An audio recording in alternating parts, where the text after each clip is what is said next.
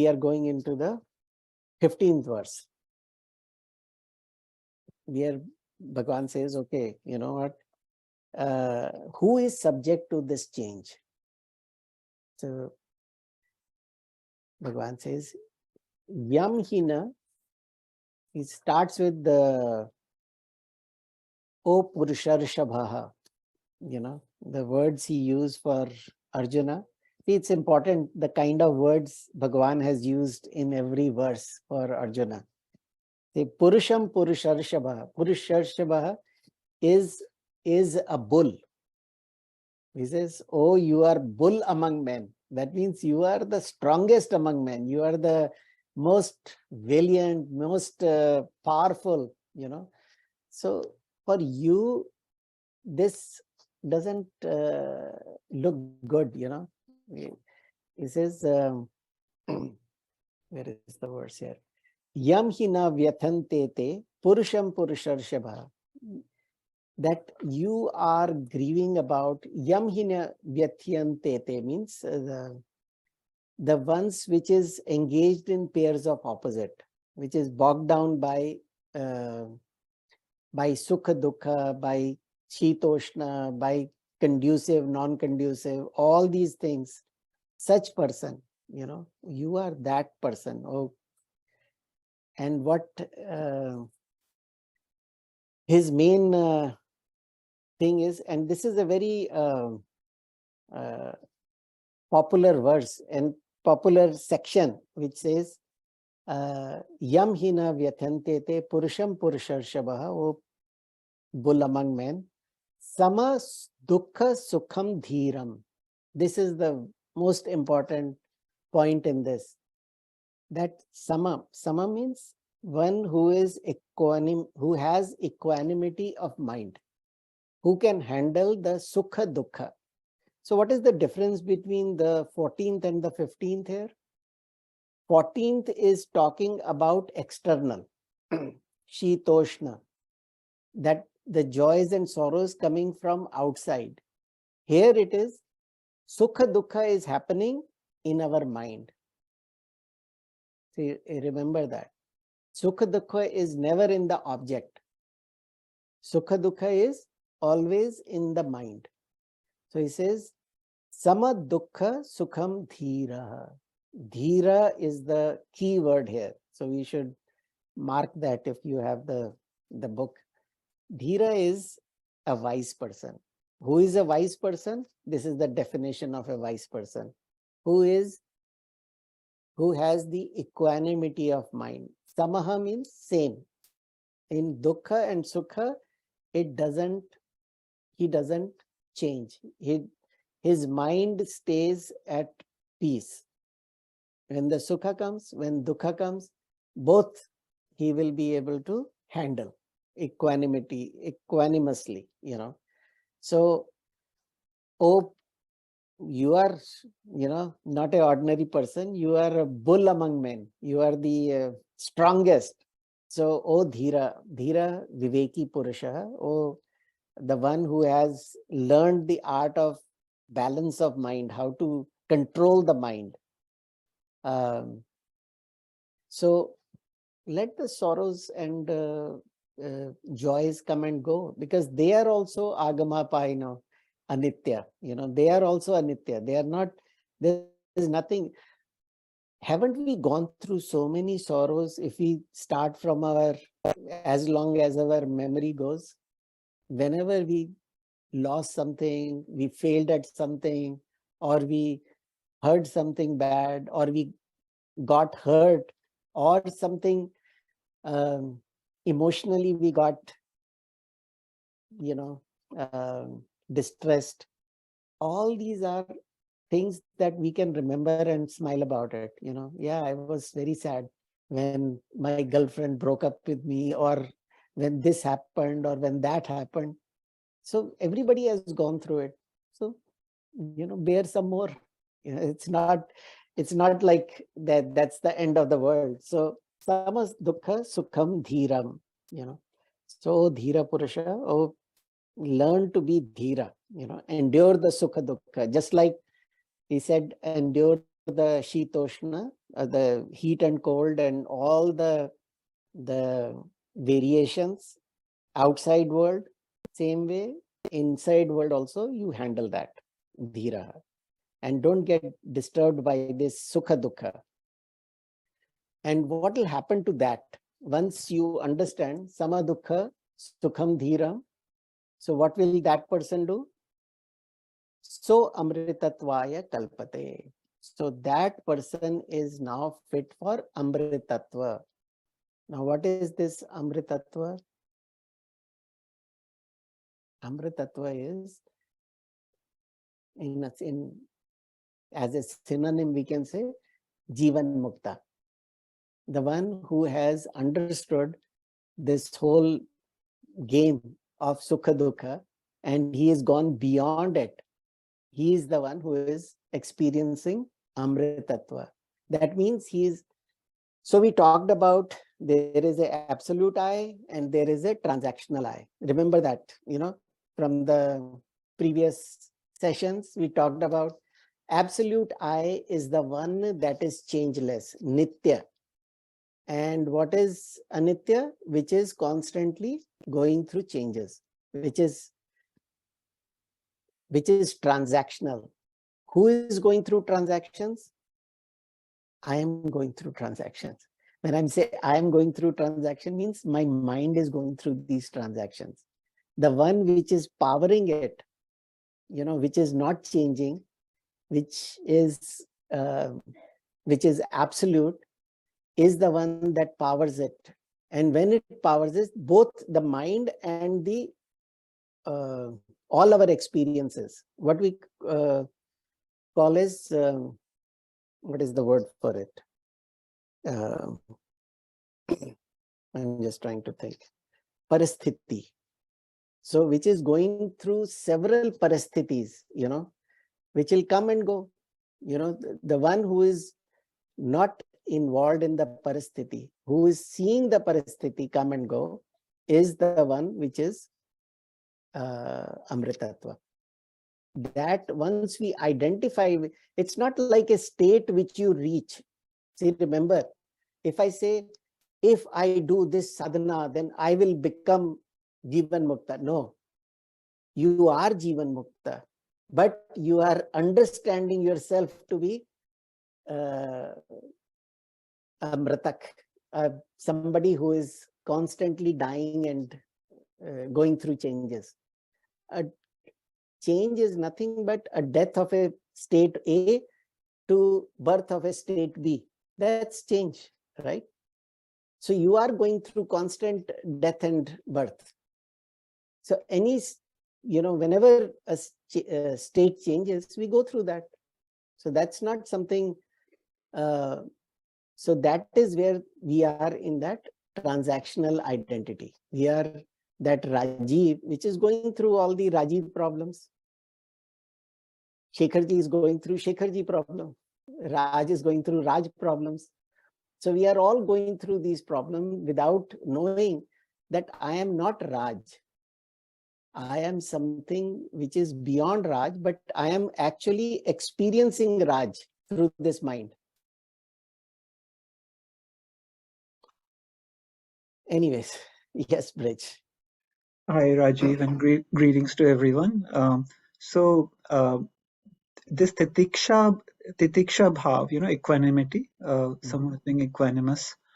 In the way the shloka is teaching that samata bhav, being equanimous, will lead one to that Amritatva. Amritatva.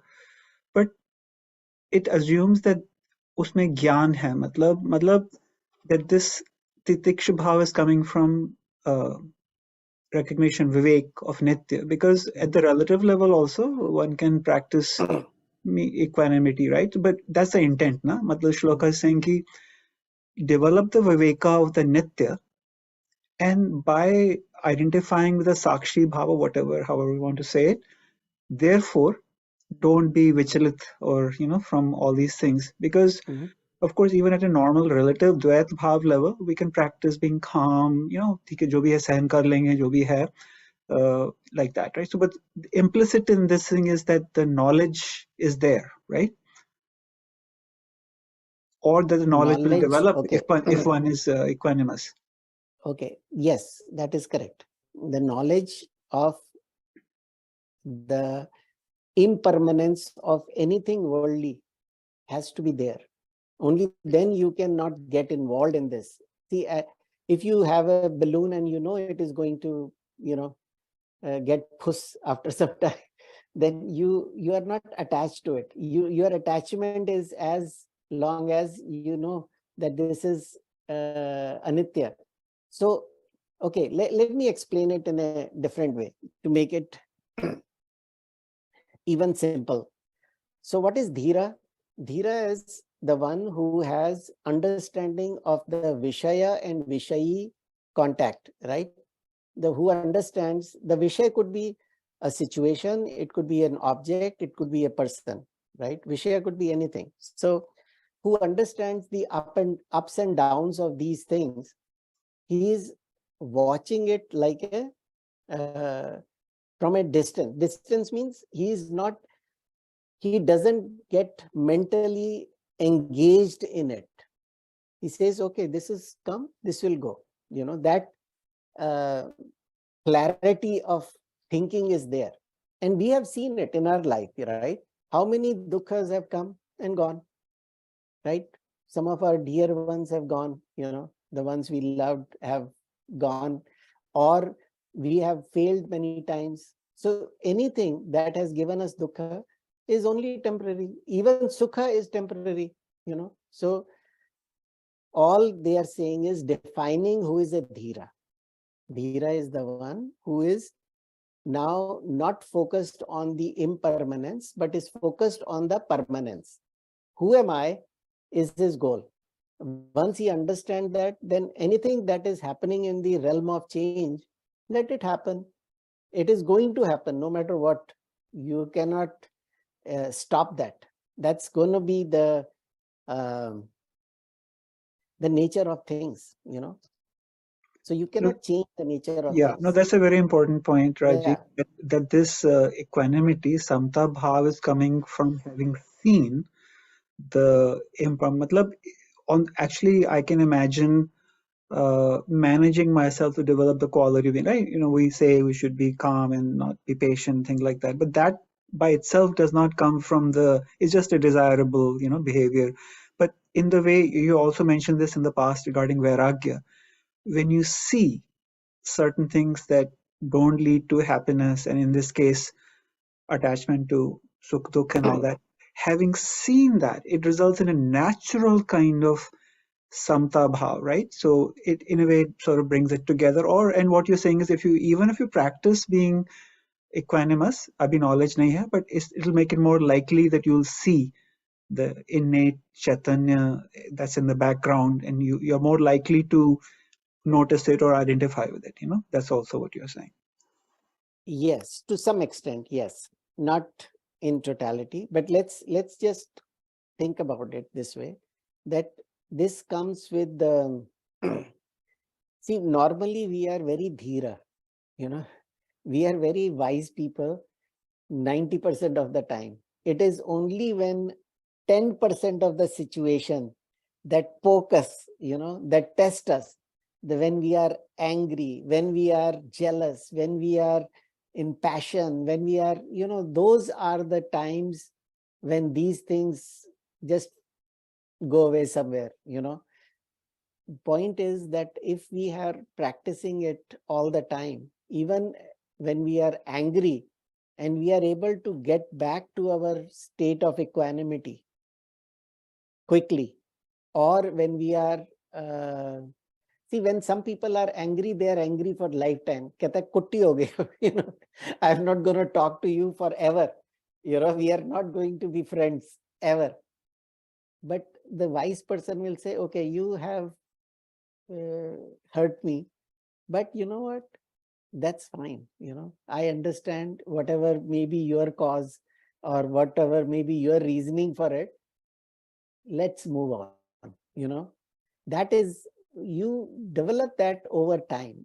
It's not something that you hear about it and it happens. It is something we have to consciously put in an effort to develop, this, that samatvam, this is when you develop it, you become dhira. So that is the definition of dhira. Who is a dhira? Who can dukkha sukha? He can get over it like this in kshana, in seconds. He is out of it. Anger may come. It's not like the wise people don't get angry, but they don't stay angry. They can get out of it very fast. So that is the thing. Thank you, Raj. And the other thing is that will these things, so we talked about it, right? The two realities, the absolute and the transactional. So the sukha dukkha is always happening in the transactional reality. So dhira becomes fit for this amritatva. Amritatva is nothing but a state where you are identifying yourself as the you are identifying yourself as the what do you call it, absolute truth. That means I am the one who is experiencing all these things. Let these things happen. So these things are not going to be there for a long time. They are coming and going. So they come and they go. There is nothing. But the most important, this is called the Siddhanta Shloka of Bhagavad Gita. Normally if you ask somebody, do you know any verse from Bhagavad Gita? They say, oh yeah, I know, the karmanye vadhikaraste, and say, okay, that's where I stop. The rest you read from the book. But this particular one is, I feel, is the Siddhant verse of Bhagavad Gita. So I think we don't have enough time to cover it. So if there are questions we can do, or you guys have any other thoughts, we can discuss that, because this will take me at least one full hour to go through. The na sato vidyate bhavaha, na bhavo vidyate satah, ubhayor api drashtontah, anyo tattva darshibhi. That means, I'll give you the word meaning of it. Asatah bhava na vidyate. That means non-existence things are never there. And existence is never absent. So sometimes it may feel like, there is a story about Mahabharata. When it was being written, the Vedvyas wanted a scribe, somebody who could come and write it down. So he asked for Ganesh ji to come and, he says, I'll dictate and you just scribe it. He says, Ganesh ji said, I have a condition. If you waste my time, if you give too much gap, then I'll just go, I don't have time to waste. So, Vedvyas ji was a human being. He was not a devata. So he said, you know what, I'll have to use some time for my call of nature. So he says, okay, you know what, I'll do one thing. When I give you a shloka to write, you should fully understand it before you write. So you will find that in Mahabharata, there are a lot of verses which are hard to understand. And this is one of them. So that is when Bhagwan, Vedvyas ji wanted a break. So we will, take our time to understand this next verse, which says, na asato vidyate bhava. That means the non-existence is never there. And the existence is never absent. And ubhayor api drashtonta anyo tattva darshibhihi. That means anyo ubhayo means of these two. These two means existence and non-existence, antaha, in conclusion, those who have understood it, they are the tattvadarshi, they are the real seers. They are the tattvadarshi, means the one who sees the absolute, the one who is the experience of the truth, experiencer of that truth, or the Jivan Mukta, or the ultimate wise. So that's what literally it means. But it has a lot of,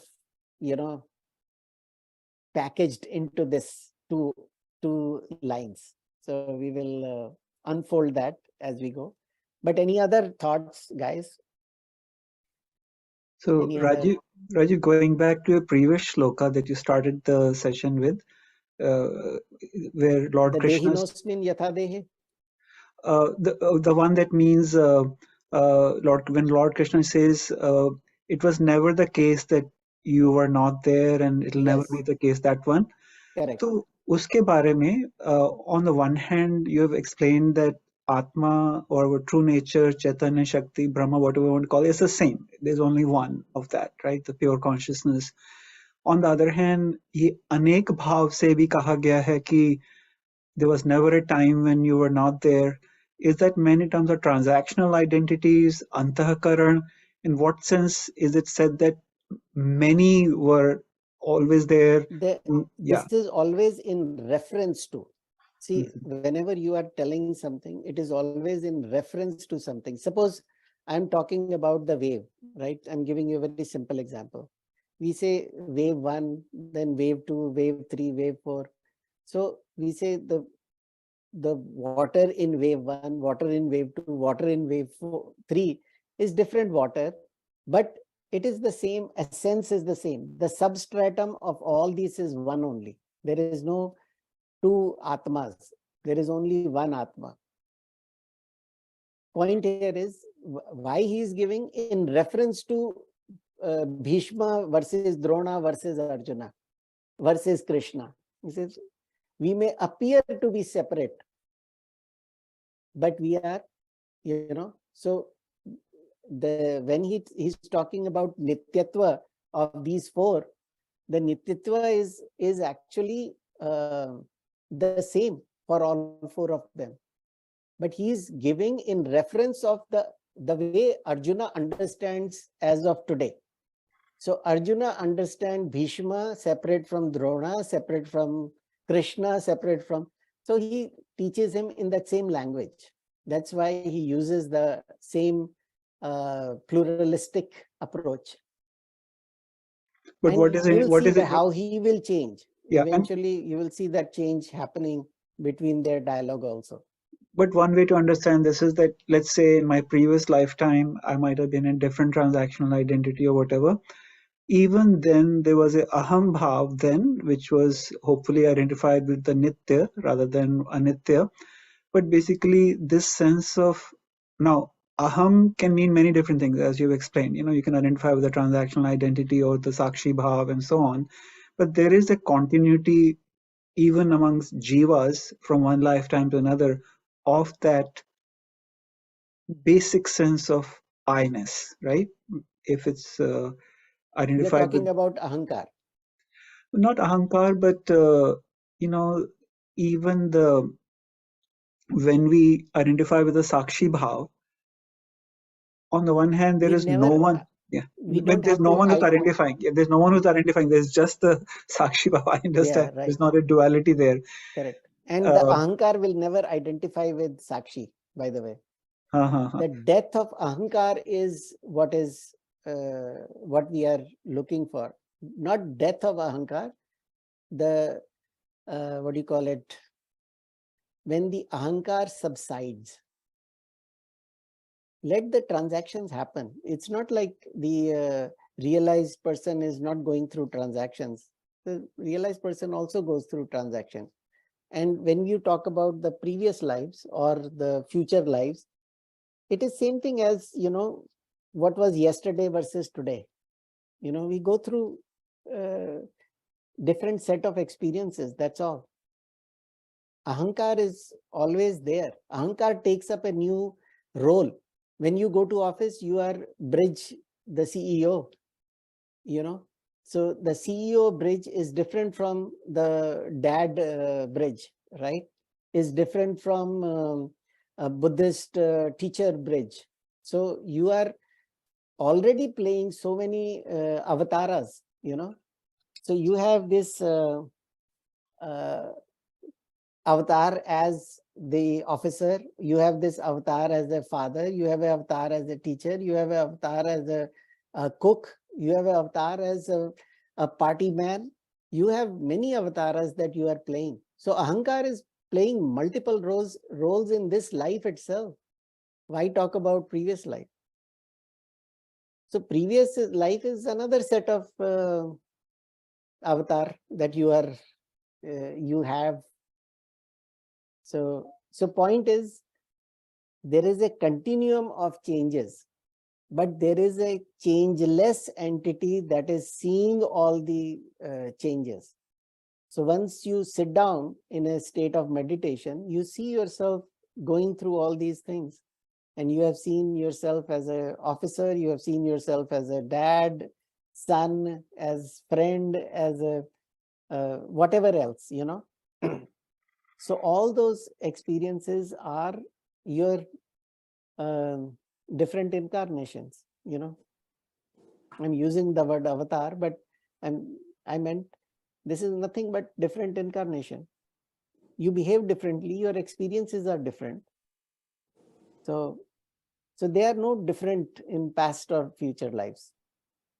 I think you're right. In the last session, you explained how our vrittis are different when we are a child, as a young adult, and so in that sense, that thing has died. And I mean, how we feel now, our experience, transactional identity, even that's different than earlier. Exactly, and they are actually mutually exclusive. You know, it's the child vrittis are very different from a grown-up vrittis. Vritti means thoughts, right? Mm-hmm. So even the ideologies we follow differently, right? As a young person, we may have different likes, dislikes. As grown up, we have different likes, dislikes. Maybe in young age, we like heavy metal or something, loud music. Now we like, you know, old Kishore Kumar and Hemant Kumar. Go back to it, you know. So point is, in this you are saying, Rajiv ji, that even the changeless, that has to drop eventually. no. We changeless doesn't have to drop. Everything else has to drop. Yeah. Changeless cannot drop, right? No, it's there. It's somebody is like someone or something is not changing. Mm-hmm. That feeling also has to be, you know, you gave the example of the lota and the water. Mm-hmm. So to experience all the stuff, what we have to do or whatever we have to go through, there has to be something which is changing and something which is constant. Yes. So that knowledge has to be there. That understanding has to be there. That there is, that you are going through this change. Even my mind, which is experiencing these changes, is changing as well. Mind is not permanent. Right. Mind is going through. Mind is nothing but a collection of thoughts. So as thoughts change, your mind is changing. Mind is not an object, right? It's not like a liver or a those are thoughts. So it basically you have to, those have to subside. The ego has to subside, the ahankar has to subside, and just feel whatever is happening. You know, and I just want to add one more thing, but you're just to add to your thought, that ahankar doesn't have to subside. Ahankar has to understand that I am, or you have to understand that ahankar itself is constantly going through changes as well. Ahankar is not permanent. Right. it is also made of Prakriti only. It's made from, so the only thing that is, so we cannot drop the Atma. Everything else we can drop, or we can understand to be Anitya. And tomorrow we will talk about what is Nitya, what is Anitya, what is Sat, what is Asat.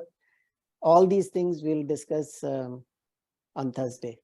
This is very, very important. Don't miss this one. This is what is called as Siddhanta Shloka. That means this is the most good teaching of Bhagavad Gita.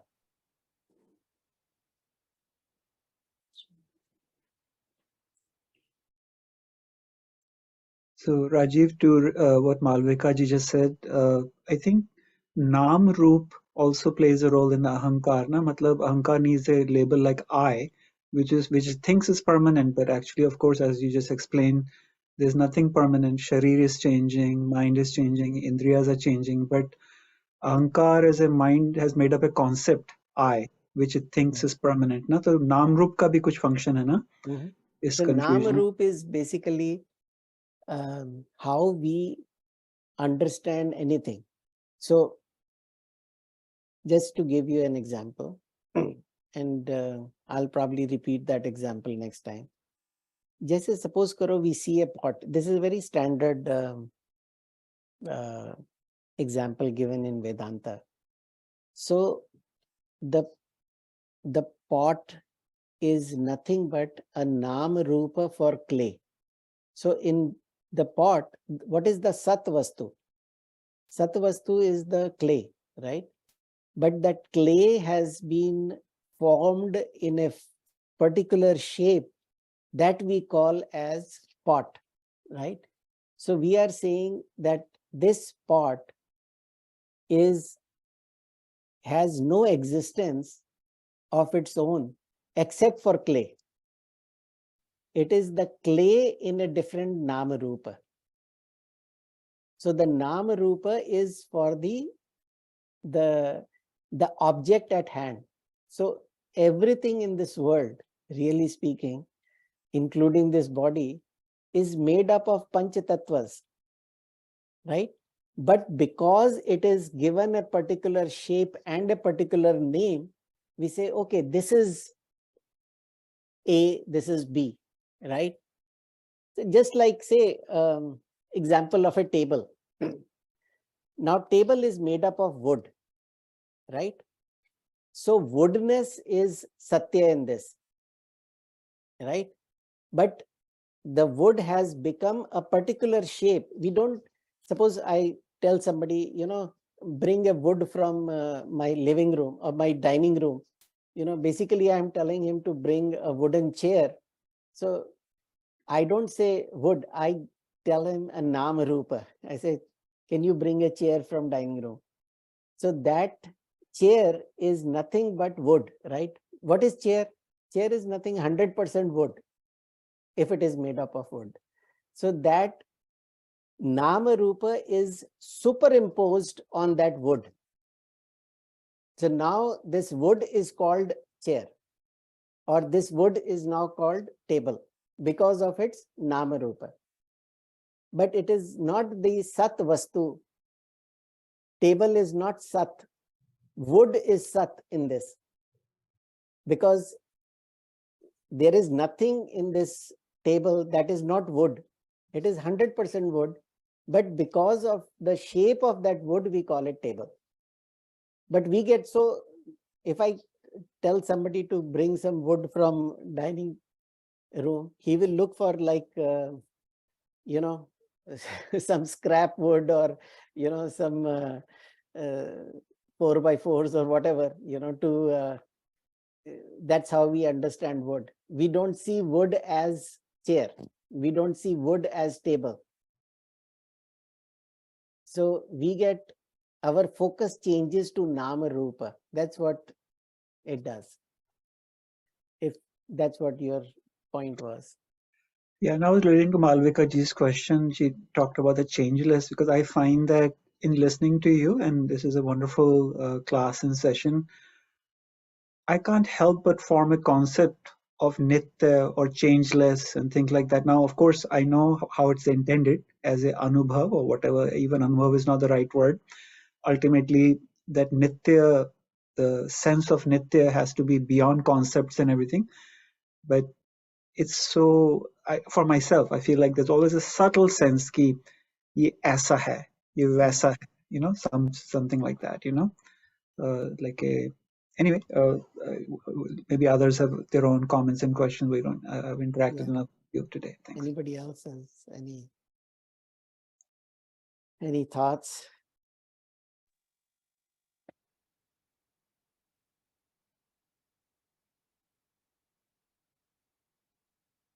All right.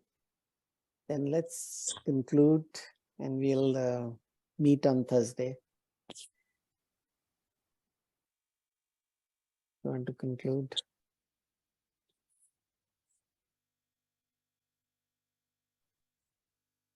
Oh, okay. Go ahead, Rupala.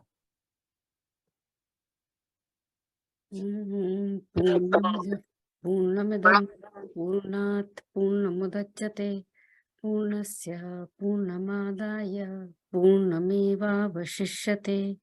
Om Shanti Shanti Shanti. Sorry, was somebody saying something? Okay, we're good. It felt like I spoke over somebody.